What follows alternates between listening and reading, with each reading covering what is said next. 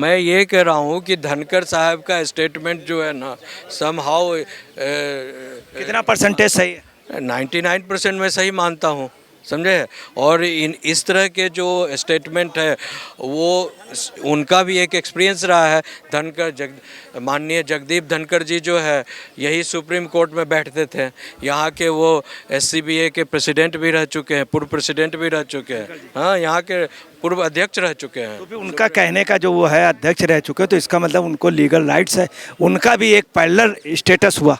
Parallel status है और वो खुद जो है यहाँ के सीनियर डेजिग्नेटेड लॉयर रह चुके हैं और अभी जो है लॉ मेकिंग फर्म के वाइस प्रेसिडेंट हैं, संविधान में राज्यसभा के अध्यक्ष हुए हैं एक तरह के, तो इनको इस तरह की बात बोलने पर मजबूर हो रहे हैं। तो आपको समझ जाइए कि कहीं देश में कहीं दिशा और दशा बदल रही है, इसको ठीक करने की जरूरत है। जो मामलों में कोर्ट जो ओवरराइड करती है तो कोर्ट को सोचना चाहिए कि देश इस समय ज़्यादा ओवरराइट हो गया, ओवरराइड हुआ है। और किसके द्वारा हुआ? नहीं, देखिए, हमें लगता है कि जो भारत सरकार को यूनियन ऑफ इंडिया को 28 तारीख तक जो है रिजॉइंडर फाइल करने के लिए कहा गया है और उसके बाद जो है 7 मई को फिर से हियरिंग होगी इस इशू पर। तो सारी मामला जो अभी जो डोलड्रम में है और जो छुके रुस्तम में है, बिकॉज अभी तो कंडीशन ये है कि जो ज़मीन जो फाउंडेशन है वो फाउंडेशन है सरकार के हक में है। कानून जो है फाउंडेशन वो सरकार के हक में है और जो उस पर जो महल बन गया है, हाँ, वो कह रहा है कोर्ट जो ये तुम्हारा है। तो जब फाउंडेशन और ज़मीन जो है सरकार की है तो महल कितने दिनों तक टिकी रहेगी, सवाल ये अभी तक ये सिस्टम था कि सुप्रीम कोर्ट ने कोई भी आदेश किया और संसद ने उसको खारिज कर दिया, कानून बना दिया और सुप्रीम कोर्ट को मानना पड़ा। मतलब सुप्रीम कोर्ट के आदेश को पलट दिया, अपना एक कानून दे दिया और सुप्रीम कोर्ट को मानने पड़ा। जैसे साहिबानों का केस हुआ था, राजीव गांधी ने उसका स्वागत किया, उसके बाद कहा कतई नहीं मानूंगा, उस समय सुप्रीम कोर्ट की नहीं मानूंगा, और उन्होंने कहा सुप्रीम कोर्ट को भी ये मानना पड़ेगा, ये उन्होंने कहा और सुप्रीम कोर्ट को मानना पड़ा। यही बात इंदिरा गांधी ने की थी। अब ये चीज़ उल्टा हो रही है कि सुप्रीम कोर्ट कह रहा है कि हम आपका कानून नहीं मानेंगे, हम खत्म कर रहे हैं कि बिकॉज क्या ऐसा लग रहा है? मतलब मैं नहीं कह रहा हूँ, ये लोग कह रहे हैं। मोदी सरकार जो है वो ज़्यादा डेमोक्रेटिक है।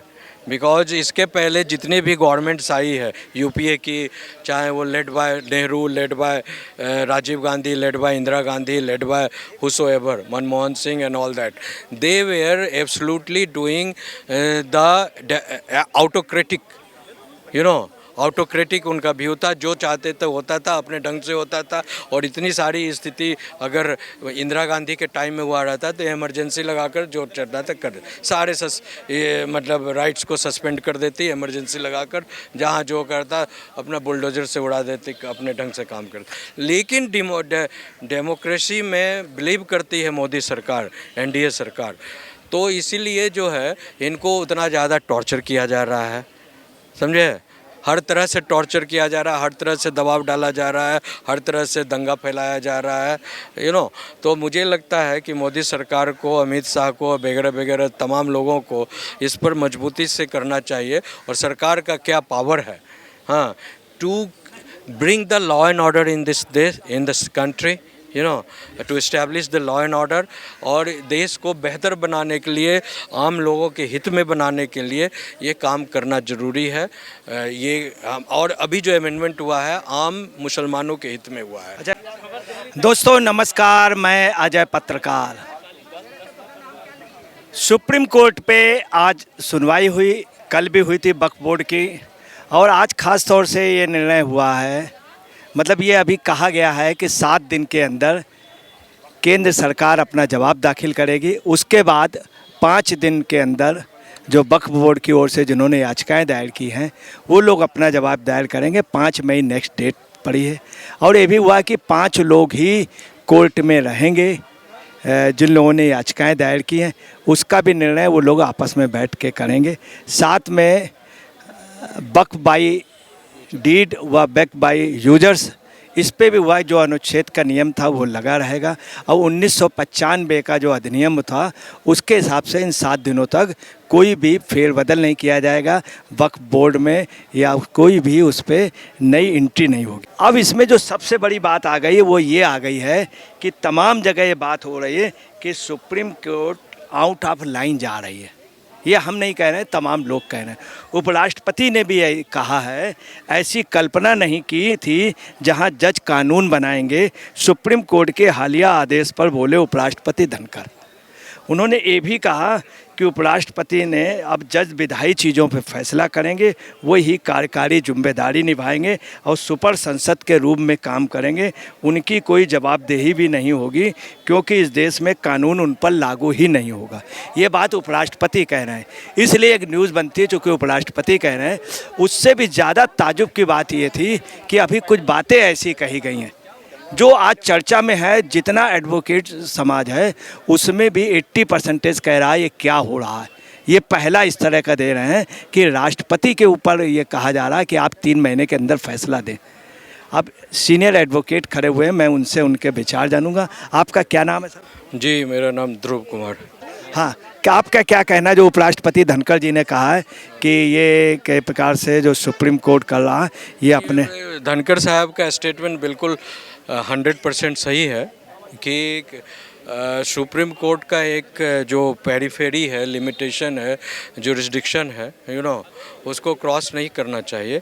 और जुरिस्डिक्शन के तहत जो है ये जो देश हित में जो कानून बना है उस पर थोड़ा गंभीरता से विचार करना चाहिए। और अगर लग रहा है सुप्रीम कोर्ट को सिर्फ इतना ही हक है कि जो पार्लियामेंट के द्वारा जो बनाए गए अमेंडमेंट कानून है, हाँ, वो कहीं भी फंडामेंटल राइट्स को ख़त्म नहीं कर रहा है, या इन्फ्रिंज नहीं कर रहा है, और जो संवैधानिक जो दायरा है उसको कहीं से छेड़छाड़ नहीं कर रहा है। तो यहाँ पर जो रिलीजियोसिटी का जो सवाल उठा है कि जो वक्फ का जो कानून है अल्लाह से रिलेटेड है, यहाँ कहीं भी कोई वक्फ के कानून में अल्लाह को जो दान दिया गया ज़मीन है, जगह है, उससे कहीं कोई छेड़छाड़ नहीं किया जा रहा है। सिर्फ उन प्रॉपर्टियों का, जिस प्रॉपर्टियों का वक्फ के नाम पर कोई रजिस्ट्रेशन नहीं है और जो हजारों लाखों मुसलमान का प्रॉपर्टी जो है, जो गरीब और कमज़ोर तबके के लोग हैं उनको छीन लिया गया है और बड़े बड़े माफिया के द्वारा कब्जाया गया है। और 100 रुपये, 1000 रुपये, 5000 रुपये देकर अरबों खरबों रुपये माफिया जो तसील रहे हैं, तो सरकार एक मैनेजमेंट करना चाहती है कि इन तमाम चीज़ प्रॉपर्टी जो इलीगली जो माफियागिरी चल रही है कि जो गरीब मुसलमान है, जो पासमानदा है और जितने भी बहरलवी हैं और जो लोग हैं, सब जो है एक दरकिनार कर दिए गए हैं। महिलाएं भी दरकिनार कर दी है। तो सबको एक जो है सबके हित की बात कर रही है, कौन सा गलत कर रही है। जितने भी यहाँ पिटीशन पड़े हैं सारे एक पॉलिटिकल पार्टी से इन्फ्लुएंस्ड है। किस पॉलिटिकल? सारे पॉलिटिकल पार्टी, चाहे वो साउथ का हो, नॉर्थ ईस्ट का हो, केंद्र से उनका नाम भी बताइए। कांग्रेस पार्टी है। आप वहाँ विजय एक फिल्म एक्टर भी है, उसने भी एक फिल्म, हाँ, साउथ का डीएमके का उसने भी बना लिया है, उसके भी यहाँ पर थे। असुद्दीन भी एक पॉलिटिकल पार्टी चलाते हैं। यहाँ नॉर्थ ईस्ट के भी कुछ लीडर्स आए थे, वो भी पॉलिटिकल पार्टी चलाते। वो जितने भी अभी 77 जो पिटीशन पड़े हैं, तो उसमें ज़्यादातर तो यही लोग हैं जो पॉलिटिकल पार्टी। तो ये एपिजमेंट का एक तरीका है। कोई आम जनता जो है, वो आम जनता इस पूरी गतिविधि से अमेंडमेंट से खुश है। वकील साहब, एक बात और आ रही है, जो बात उपराष्ट्रपति ने कही है कि ये कभी कल्पना में नहीं कही गई थी। मतलब कोर्ट ये कह रही है कि राष्ट्रपति सर्वोपरि है और राष्ट्रपति का काम है संविधान की रक्षा करना और उसका पालन करवाना और संविधान की सुरक्षा की व्यवस्था करना। ये राष्ट्रपति का काम। संसद का काम है कानून बनाना और सुप्रीम कोर्ट का काम है कानून का पालन कराना। यहाँ पर जो बात आ रही है वो राष्ट्रपति ने कही, तमाम एडवोकेट भी आपके यहाँ दबे जवान खुल करके कह रहे हैं कि मतलब राष्ट्रपति को इस तरह का आदेश देने का कोर्ट का अधिकार नहीं है। दूसरा, उन्होंने राज्यपालों के लिए भी कहा है, राष्ट्रपति के लिए भी कहा।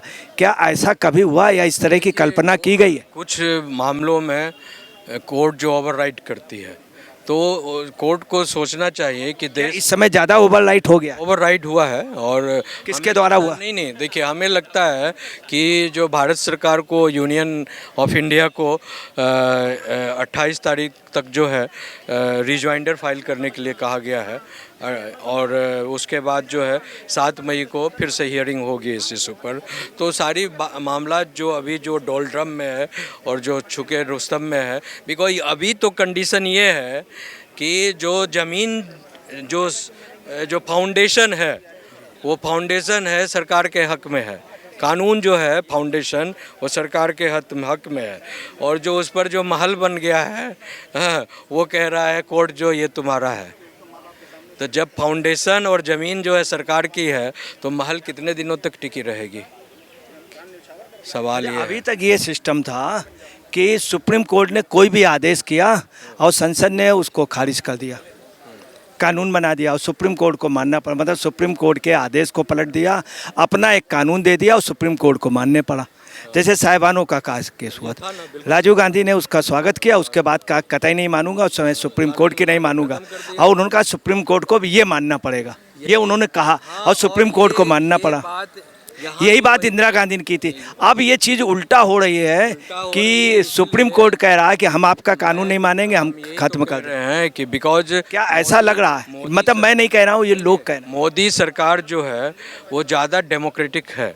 बिकॉज इसके पहले जितनी भी गवर्नमेंट्स आई है यूपीए की, चाहे वो led by Nehru, led by Rajiv Gandhi, led by Indira Gandhi, led by whosoever, Manmohan Singh and all that, they were absolutely doing the autocratic, autocratic उनका व्यू था। जो चाहते थे होता था, अपने ढंग से होता था। और इतनी सारी स्थिति अगर इंदिरा गांधी के टाइम में हुआ रहता तो इमरजेंसी लगाकर जो चलना था कर सारे मतलब राइट्स को सस्पेंड कर देती, इमरजेंसी लगाकर जहाँ जो करता अपना बुलडोजर से उड़ा देती, अपने ढंग से काम करती। लेकिन डेमोक्रेसी में बिलीव करती है मोदी सरकार, एनडीए सरकार। तो इसीलिए जो है इनको उतना ज़्यादा टॉर्चर किया जा रहा है, समझे? हर तरह से टॉर्चर किया जा रहा है, हर तरह से दबाव डाला जा रहा है, हर तरह से दंगा फैलाया जा रहा है, तो मुझे लगता है कि मोदी सरकार को, अमित शाह को, वगैरह वगैरह तमाम लोगों को इस पर मजबूती से करना चाहिए। और सरकार का क्या पावर है, हाँ, to bring the law and order in this country, to establish the law and order, और देश को बेहतर बनाने के लिए, आम लोगों के हित में बनाने के लिए ये काम करना ज़रूरी है। और अभी जो अमेंडमेंट हुआ है आम मुसलमानों के हित में हुआ है। अच्छा, क्या जो धनखड़ साहब कह रहे हैं, ज़मीन को निकाला जा रहा है, क्या धनखड़ साहब जो कह रहे हैं ये अपनी जगह सही कह रहे हैं? जजेस के लिए कह रहे हैं, सुप्रीम कोर्ट के जज के लिए, क्या ये क्या कंटेम्प्ट के दायरे पे आ सकते हैं? नहीं, उपराष्ट्रपति नहीं। कंटेम्प्ट के दायरे में क्या है? तो आम लोग इस बात को, मतलब आम एडवोकेट इस बात को कह रहा, दबे जबान, खुल करके नहीं कह। नहीं, मैं तो कह रहा हूँ ना, खुलकर कह रहा हूँ, मैं तो खुलकर कह ही रहा हूँ। मैं ये कह रहा हूँ कि धनखड़ साहब का स्टेटमेंट जो है ना, समहाउ कितना परसेंटेज सही है? 99% मैं सही मानता हूँ, समझे? और इस तरह के जो स्टेटमेंट है वो उनका भी एक एक्सपीरियंस रहा है।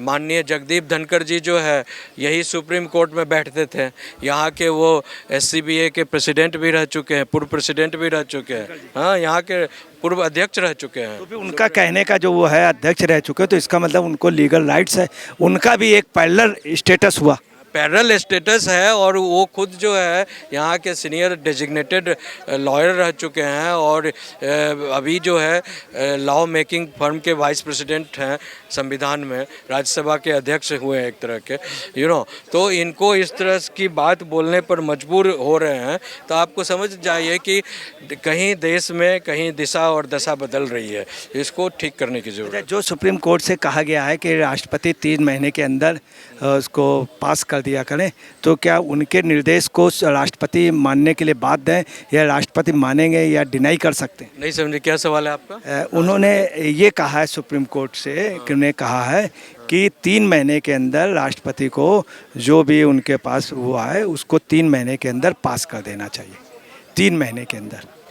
राज्यपालों को भी दिया इस तरह का। आज धनखड़ साहब ने बोला है कि तो 3 महीने क्या सुप्रीम कोर्ट के आदेश को राष्ट्रपति मानने को बाध्य हैं या वो मना कर सकते हैं? नहीं नहीं, उनको तो अगर वो चाहें तो इस पर अपील भी हो सकता है, कॉन्स्टिट्यूशन बेंच में भी जा सकता है मैटर, यू नो। अभी तो 3 बेंच का ही था ना।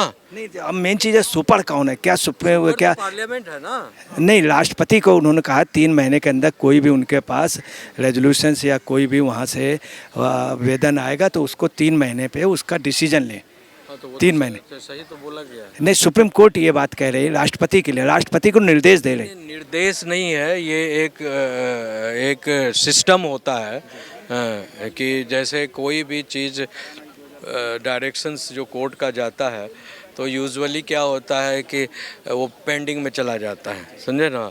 तो एक तरह का फ्रेश डायरेक्शन हुआ कि कोई भी अगर कोर्ट के द्वारा कोई ऑर्डर पास हुआ, सुप्रीम कोर्ट राष्ट्रपति के लिए कहेगा तो ये बात कुछ क्या वैसी है? नहीं नहीं, सुप्रीम कोर्ट जो है डायरेक्शन के रूप में राष्ट्रपति को इसलिए ये या गवर्नर्स को दिया बिकॉज अभी जो है राष्ट्रपति के द्वारा जो कानून पास किया गया है और जो उसके स्टेट बॉडीज गवर्नर्स होते हैं, यूनियन टेरिटोरी में लेफ्टिनेंट गवर्नर्स होते हैं, समझे ना, उन पर एक जो है रिमाइंडर गया है कि हम जो आपको जो डायरेक्शन दे रहे हैं तो उसको कानूनन एक जो है उसको बंदोबस्त किया जाए, कानूनन ढंग से जो है उसको अमली जामा पहनाया जाए। 3 महीने के अंदर एक जुरिस्डिक्शन फिक्स किया गया है, ठीक है ना।